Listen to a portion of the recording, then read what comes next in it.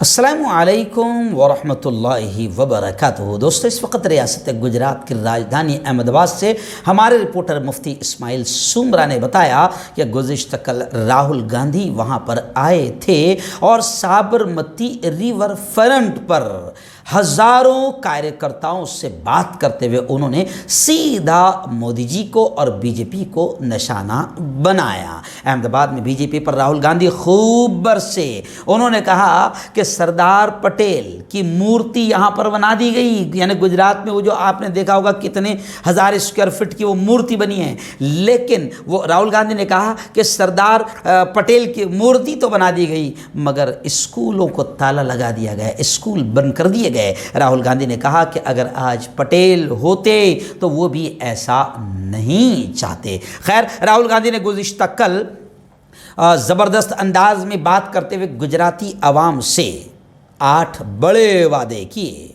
एक तो 10 लाख रुपए तक का इलाज फ्री, 300 यूनिट मुफ्त बिजली और इसी तरीके से किसानों का कर्ज माफ़, किसानों का बिजली बिल माफ़, नौजवानों के लिए 10 लाख मुलाजमतें, नौकरियां जिसमें 50% मुलाजमतों पर हक लड़कियों का होगा। ऐसे ही गुजरात में सरकारी नौकरियों में कॉन्ट्रैक्ट सिस्टम ख़त्म कर देंगे और नौजवानों के लिए, जो बेरोज़गार नौजवान हैं, उनके लिए 3000 रुपये का बेरोज़गारी भत्ता दिया जाएगा और गुजरात के दूध कारोबारियों को 1 लीटर पर 5 रुपये की सब्सिडी दी जाएगी। ऐसे ही 3000 सरकारी इंग्लिश मीडियम स्कूल पूरे गुजरात में खोले जाएंगे। 4 लाख रुपये का कोविड कंपनसेशन गुजरात के उन 3 लाख कुंभों को दिया जाएगा जिन्होंने अपने लोगों को कोविड में गंवाया है और करप्शन के खिलाफ कानून लाएंगे और 27 सालों में जो करप्शन हुआ है उसकी जांच होगी और कसूरवारों को जेल भेजा